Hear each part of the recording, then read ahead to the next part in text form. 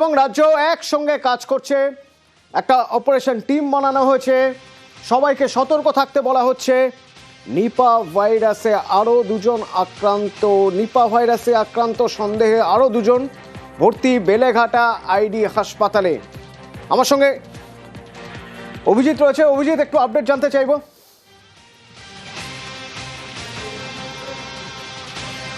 এখনো পর্যন্ত যে দুজন নিপা আক্রান্ত সন্দেহে বেলেঘাটা আইডি হাসপাতালে রয়েছেন তাদের শারীরিক অবস্থা স্থিতিশীল রয়েছে।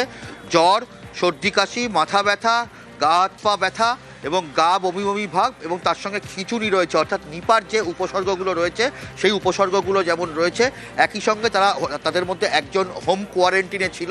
অর্থাৎ বর্ধমান মেডিকেল কলেজের যে হাউস স্টাফ, যার দক্ষিণ 24 পরগনায় বাড়ি, তাকে আজকে সকালবেলা বেলেঘাটা আইডি হাসপাতালে ভর্তি করা হয়েছে।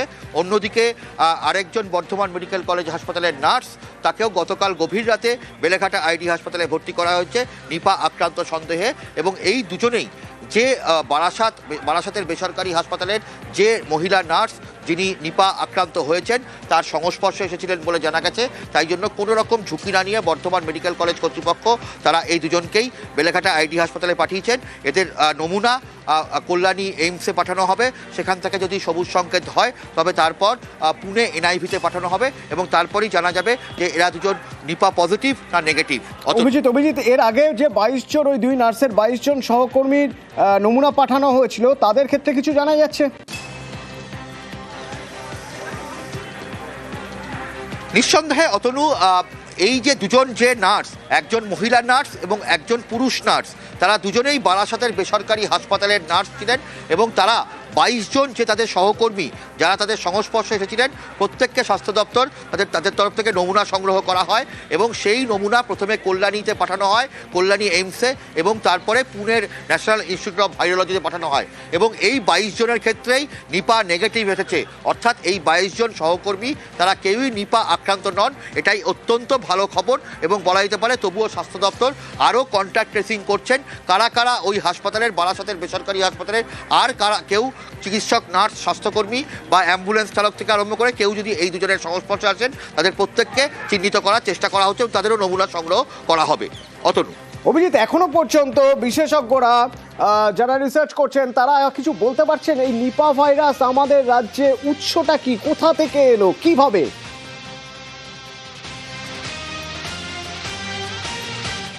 অত্যন্ত গুরুত্বপূর্ণ যে এই নিপা ভাইরাসের সোর্স কোথায়, অর্থাৎ এটার উৎসস্থল কোথায়। এবং সেই উৎসস্থল কল্যাণী এইমসের চিকিৎসক বিশেষজ্ঞরা তারা দেখেছেন যে তারা পরীক্ষা নিরীক্ষা করেছেন এবং তারা যে গবেষণা করেছেন তাতে দেখা গেছে যে তারা আশঙ্কা প্রকাশ করছেন যে নদিয়ার কৃষ্ণগঞ্জের ঘোগরাগাছি গ্রাম, যেখানে এই আক্রান্ত তরুণী নার্স গত মাসের 15ই ডিসেম্বর তার পারিবারিক একটি বিবাহের অনুষ্ঠানে সেখানে গিয়েছিলেন এবং সেখানে গিয়ে সম্ভবত তিনি খেজুরের রস পান করেছিল। এবং এই অঞ্চলটা অর্থাৎ নদিয়া কৃষ্ণগঞ্জের এই ঘোগসাগাছি গ্রামটি হচ্ছে একদম বাংলাদেশ সীমান্তের লাগোয়া। সীমান্তের অপর পারে বাংলাদেশের চুয়াডাঙ্গা এবং তার কিছুটা দূরে হচ্ছে কুষ্টিয়া। বাংলাদেশের এই দুটি জায়গাতেই এখন নিপা ভাইরাসের প্রাদুর্ভাব চলছে গত 4 মাস ধরে। এবং সেই কারণেই কল্যাণী এইমসের বিশেষজ্ঞ দল তারা আশঙ্কা প্রকাশ করছেন যে বাদুরের মলত্যাগ করা কোনো খেজুরের রস এই তরুণী নার্স পান করেছিল, যেখান থেকে এই নিপা ভাইরাস, যেটা জুনোটিক ভাইরাস বলা হয়, সেটা সংক্রামিত হয়েছে এবং সেখান থেকেই এই তরুণী নার্স নিপা ভাইরাসে আক্রান্ত হয়েছেন এবং তার সংস্পর্শে এসে ওই পুরুষ নার্স তিনিও নিপা ভাইরাসে আক্রান্ত হয়েছেন। প্রাথমিকভাবে এমনটাই সন্দেহ করা হচ্ছে এবং এই রিপোর্ট তারা কেন্দ্র রাজ্য উভয়কেই পাঠিয়েছে। অতনু, ধন্যবাদ। নিপা ভাইরাস, রাজ্য সতর্ক, পরিস্থিতির উপর নজর রাখছেন মুখ্যমন্ত্রী, কেন্দ্রীয় স্বাস্থ্যমন্ত্রী, মুখ্যমন্ত্রীর মধ্যে কথা হয়েছে এবং চিকিৎসকরা বলছেন আতঙ্কে নয়, সতর্ক থাকতে হবে।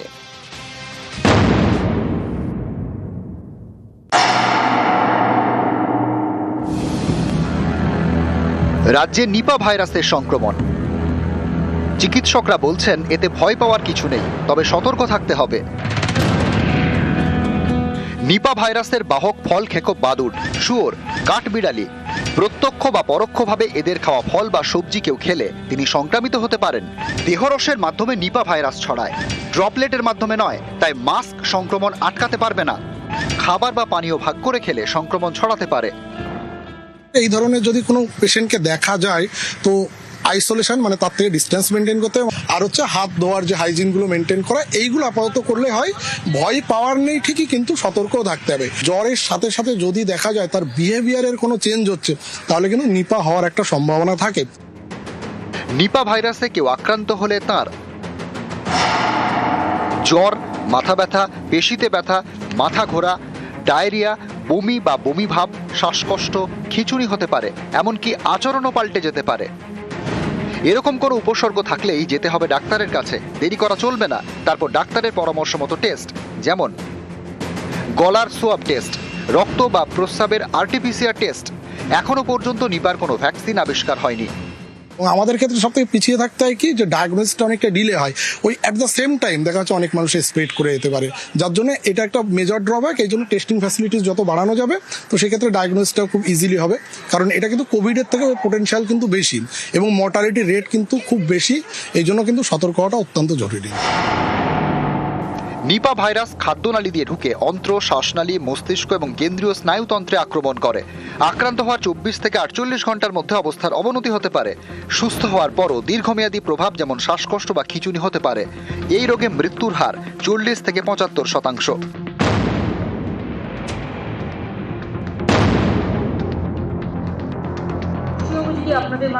নিপার দিকে নজর রাখছেন মুখ্যমন্ত্রী। এ নিয়ে মমতা বন্দ্যোপাধ্যায়ের সঙ্গে কথা বলেছেন কেন্দ্রীয় স্বাস্থ্যমন্ত্রী জেপি নাড্ডা। কেন্দ্র রাজ্য মিলে তৈরি করা হয়েছে জয়েন্ট আউটব্রেক রেসপন্স টিম। পূর্ব বর্ধমান, নদিয়া, উত্তর 24 পরগনায় বিশেষ সতর্কতা নেওয়া হয়েছে।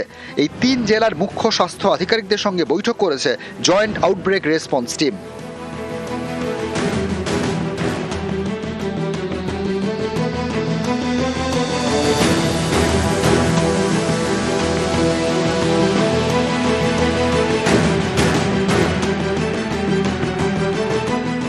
मुख्यमंत्री ममता बनर्जी की से बातचीत की है, इस डिजीज को कंट्रोल करने के लिए जमीनी स्तर पर कार्य कर रही।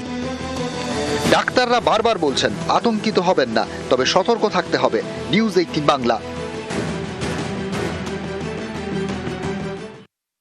সিঙ্গুর রাজ্য রাজনীতি কেন, দেশের রাজনৈতিক ইতিহাসেও একটা অন্যতম নাম। কারণ সিঙ্গুরে টাটাদের কারখানা, প্রস্তাবিত কারখানা, তারপরে সিঙ্গুরের অনিচ্ছুক চাষিদের আন্দোলন, সেই আন্দোলনে মমতা বন্দ্যোপাধ্যায়ের সামিল হওয়া রাজ্যের পট পরিবর্তনের একটা গুরুত্বপূর্ণ অংশ। সেই সিঙ্গুর নতুন করে প্রাসঙ্গিক করার চেষ্টা চলছে। সেই সিঙ্গুরকে নরেন্দ্র মোদী সভা করবেন সিঙ্গুরে, এবং সভা করবেন, শিল্প বিরোধী তকমা দেওয়ার চেষ্টা করবেন তৃণমূলকে। তার আগে আজ সিঙ্গুরে সুকান্ত মজুমদার আজ সিঙ্গুর থেকেই ঘুরে দাঁড়ানোর প্রতিশ্রুতি দিলেন এবং তিনি দাবি করলেন যে বিজেপির টার্গেট শিল্প ক্ষমতায় এলে সিঙ্গুরে টাটা আসবে।